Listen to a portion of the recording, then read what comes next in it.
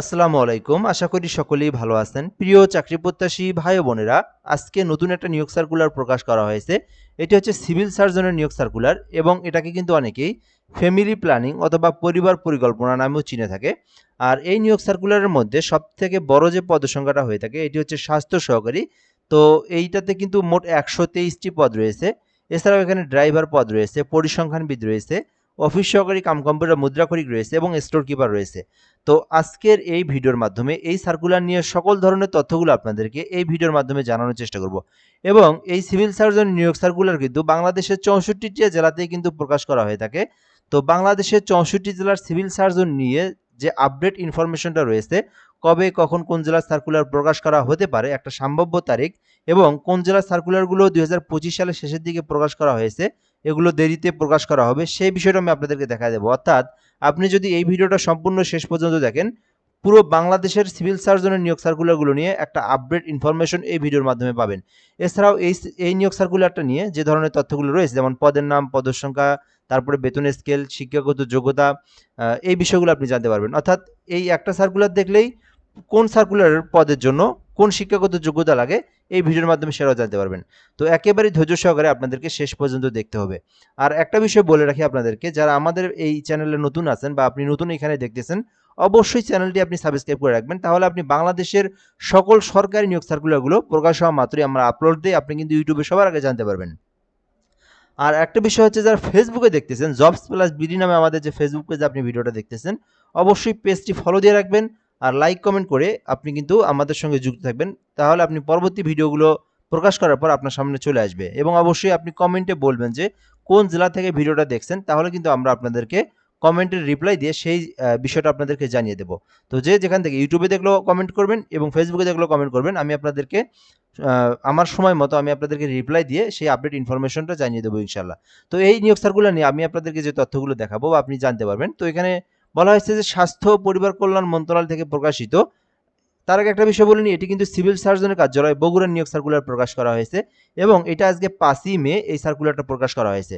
স্বাস্থ্য ও পরিবার কল্যাণ থেকে প্রকাশিত বলা হয়েছে যে ছাড়পত্র মোতাবেক সিভিল সার্জন কার্যালয় বগুড়া তার নিয়ন্ত্রণাধীন প্রতিষ্ঠানসমূহে রাজস্ব খাতের তৃতীয় ও চতুর্থ শ্রেণীর 11 থেকে 20তম গ্রেড, অর্থাৎ এই নিয়োগ সার্কুলারে 11 থেকে 20তম গ্রেড পর্যন্ত পদসংখ্যা রয়েছে, যেখানে বলা হয়েছে বাংলাদেশের প্রকৃত নাগরিকেরা আবেদন করতে পারবেন। অর্থাৎ বাংলাদেশের 64 জেলার সকলেই কিন্তু আবেদন করতে পারবেন। এখানে আরও একটা বিষয় আছে, সেটা পরে জানতে পারবেন আপনারা। এখানে বলা হয়েছে যে বাংলাদেশের প্রকৃত নাগরিকদের নিকট থেকে নিম্নবর্ণিত শর্ত সাপেক্ষে অনলাইনে আবেদনের জন্য আহ্বান করা যাচ্ছে, এবং এই আবেদনের লিঙ্ক দেওয়া রয়েছে এই যে cs.bogura.teletalk.com.bd, এই লিঙ্কের মাধ্যমে আপনাদেরকে আবেদনটা করতে হবে। অর্থাৎ এখানে বলা হয়েছে বাংলাদেশের সকলেই আবেদন করতে পারবে। তবে এখানে আরেকটা বিষয় বলা হয়েছে যে স্বাস্থ্য সহকারীর পদ যেটা রয়েছে সেটা আমি একটু পরে দেখাই। স্টোর কিপার পদ রয়েছে, প্রথম পদটা হচ্ছে স্টোর কিপার, যেখানে মোট 10টি পদ রয়েছে।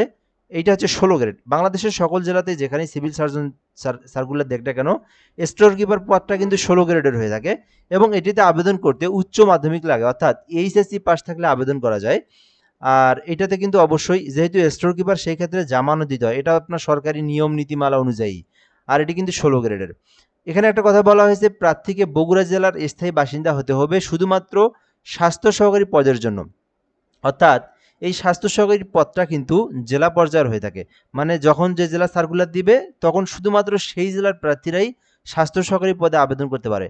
কেন আবেদন করে এটা যদি বলেন, যেহেতু এই সার্কুলারটার পরীক্ষা মানে সবকিছু কিন্তু সেই নিজ জেলাতেই হয়ে থাকে, অর্থাৎ এই স্বাস্থ্য সহকারী পদটার আপনার পরীক্ষাও নিজের জেলাতে, আপনার সব কিছুই একদম অল এভরিথিং, কোনো বাইরের জেলার সাথে কোনো সম্পর্ক নাই, এবং আপনার কিন্তু কর্মস্থল আপনার নিজ ইউনিয়নের মধ্যে হয়ে থাকে, অর্থাৎ সব কিছুই নিজের এলাকার মধ্যেই। যার কারণে এটা বলা হয় আপনার এটা আপনার নিজ জেলার সার্কুলার, এবং এটা শুধুমাত্র এই পদটা নিজ জেলার প্রার্থীরা আবেদন করতে পারবে, মানে বগুড়ার প্রার্থীরাই শুধু এটাতে আবেদন করতে পারবে। বাকি পদগুলো কিন্তু সারা বাংলাদেশের যে কেউ চাইলে আবেদন করতে পারবেন। এরপরে 2 নম্বর পদের নাম অফিস সহকারী কাম কম্পিউটার মুদ্রাক্ষরিক, যেখানে মোট 11টি পদ রয়েছে 16 গ্রেডের।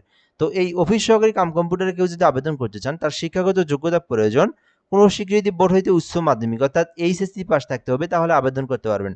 আর এখানে একটা বিষয় বলা হয়েছে, আপনাকে টাইপের গতি থাকতে হবে, অর্থাৎ আপনার যদি বেসিক কম্পিউটার সম্পর্কে জানা থাকে এবং আপনি যদি একটু টাইপিং করতে পারেন, তাহলে আপনি অফিস সহকারী কাম কম্পিউটারে আবেদন করতে পারবেন।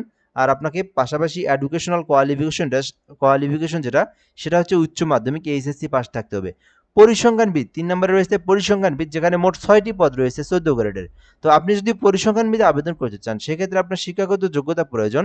কোনো স্বীকৃতি বিশ্ববিদ্যালয় হইতে পরিসংখ্যান অথবা গণিত অথবা অর্থনীতি যে কোনো একটা বিষয় যদি আপনি অনার্স পাস করে থাকেন অথবা আপনি যদি ডিগ্রি পাস করে থাকেন তাহলে আপনি পরিসংখ্যানবিদে আবেদন করতে পারবেন, যেটি 14 গ্রেড, মোট 6টি পদ রয়েছে। এছাড়াও ড্রাইভার পদ রয়েছে 5টি পদ রয়েছে 16 গ্রেডের, যেখানে বলা হয়েছে যে জুনিয়র স্কুল সার্টিফিকেট অর্থাৎ শুধুমাত্র অষ্টম শ্রেণী থাকলেই ড্রাইভার পদে আবেদন করতে পারবেন। আর এখানে অষ্টম শ্রেণীর পাশাপাশি আপনাকে কিন্তু একটা বৈধ ড্রাইভিং লাইসেন্স থাকতে হবে, অর্থাৎ আপনাকে গাড়ি চালানো জানানো থাকতে হবে এবং বৈধ ড্রাইভিং লাইসেন্স, এবং শুধু অষ্টম শ্রেণী থাকলে ড্রাইভার পদে আবেদন করতে পারবেন। এর পরের পদটাই কিন্তু সেই বহুল কাঙ্ক্ষিত স্বাস্থ্য সহকারী, যেখানে মোট 123টি পদ রয়েছে। আচ্ছা, এই পদ সংখ্যাটা আমি একটু আপনাদেরকে বিস্তারিত আলোচনা করি। এইটা কিন্তু এক এক জেলার এক এক রকম। যার জেলাটা একটু ছোট সেই জেলাতে স্বাস্থ্য সহকারী পদটা একটু কম হয়ে থাকে।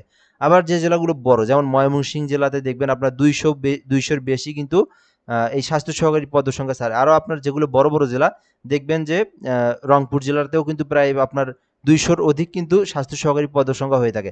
সো যে জেলাগুলো বড় সেই জেলাগুলো কিন্তু স্বাস্থ্য সহকারী পদটা বেশি হয়ে থাকে, আর যে জেলাগুলো ছোট সেটাতে কম হয়ে থাকে। এটা হচ্ছে জেলার উপর ডিপেন্ড করে। এরপরে এই স্বাস্থ্য সহকারী পদটা কিন্তু 16 গ্রেডের হয়ে থাকে এবং এটিতে আবেদন করতে উচ্চ মাধ্যমিক লাগে, অর্থাৎ এইচএসসি পাস থাকলে আবেদন করা যায়। সো বগুড়া জেলা থেকে যারা আমার ভিডিওটা দেখছেন আপনারা কিন্তু আগামীকাল 6 তারিখ থেকেই এই আবেদনটা করতে পারবেন।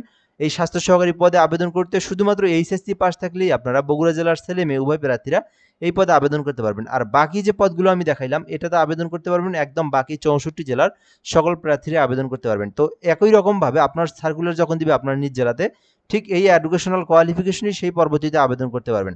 আচ্ছা, এখন আমি আপনাদেরকে যে বিষয়টা দেখাবো সংক্ষিপ্তভাবে এই বিষয়টা আমি বলে দিই, তারপরে আমি সকল জেলাগুলোর সম্পর্কে তথ্যগুলো জানানোর চেষ্টা করব।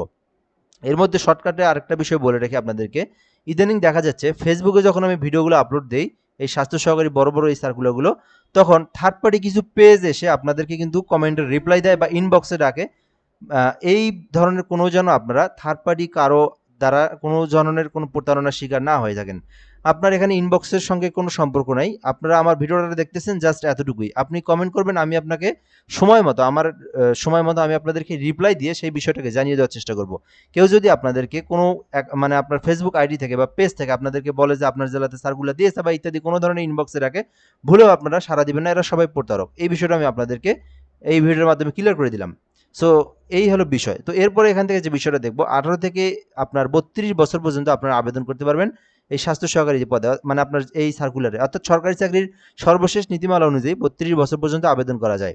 এরপরে আমি আপনাদেরকে এখান থেকে যে বিষয়টা দেখাবো, এই নিয়োগ সার্কুলার আবেদনের জন্য যে প্রসেসটা, তো বগুড়া জেলা থেকে যারা দেখতেছেন বা বাংলাদেশের 64 জেলা থেকে যারা দেখতেছেন স্বাস্থ্য সহকারী পদে অন্য পদে আবেদন করেন না কেন, এক কথায় এই নিয়োগ সার্কুলারে আবেদন করতে আপনাদেরকে csbogura.teletalk.com এই লিঙ্কে প্রবেশ করে আপনাদেরকে এই আবেদনটা করতে হবে।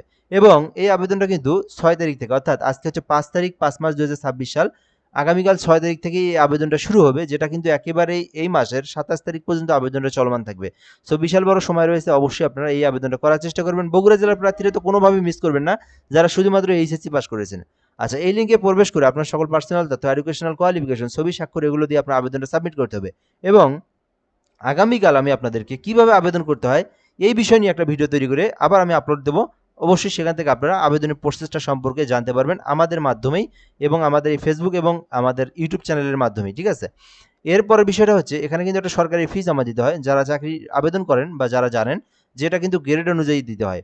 তো 14 থেকে 20তম পদের জন্য গ্রেডের জন্য কেউ আবেদন করলে তাকে 112 টাকা জমা, 14 হতে 20তম পদের জন্য, অর্থাৎ এখানে কিন্তু 14 থেকে 20তম পদ রয়েছে এখানে। সো এখানে আবেদন করতে আপনার, এক কথায় এই সার্কুলারে আবেদন করতে যে কোনো পদে আবেদন করেন না কেন আপনাকে কিন্তু 112 টাকা আপনার প্রয়োজন হবে। দুইটা SMS সব প্রায় 118 টাকার মতো খরচ হবে। তো আপনারা আপনার সিমে 120 টাকার মতো রিচার্জ করে আপনারা এই পেমেন্টটা করতে পারবেন। এবং পেমেন্ট করার প্রসেসটা হচ্ছে CS বগুড়া লিখবেন, লিখে আপনাদের যে অ্যাপ্লিকেশন ইউজার আইডি আছে ওইটা লিখে 16342 নাম্বার সেন্ড করে দেবেন। পরবর্তীতে পিন নাম্বার দিয়ে 16342 নাম্বার সেন্ড করে দিলে আপনার পেমেন্টের টাকাটা কেটে নেবে। দেন আপনার অ্যাপ্লিকেশনটা কিন্তু মানে সাকসেসফুলি হয়ে যাবে। সো আশা করি আপনারা আবেদনের প্রসেসটা সম্পর্কে জানতে পেরেছেন। এখন আমি আপনাদেরকে বাংলাদেশের 64 জেলার সিভিল সার্জন সম্পর্কে আপডেট দিই। প্রথম যে বিষয়টা আমি আপনাদেরকে ক্লিয়ার করে দেবো সেটা হচ্ছে, এগুলো কিন্তু জেলা পর্যায়ের এবং পর্যায়ক্রমে মানে সার্কুলারগুলো প্রকাশ হয়ে থাকে।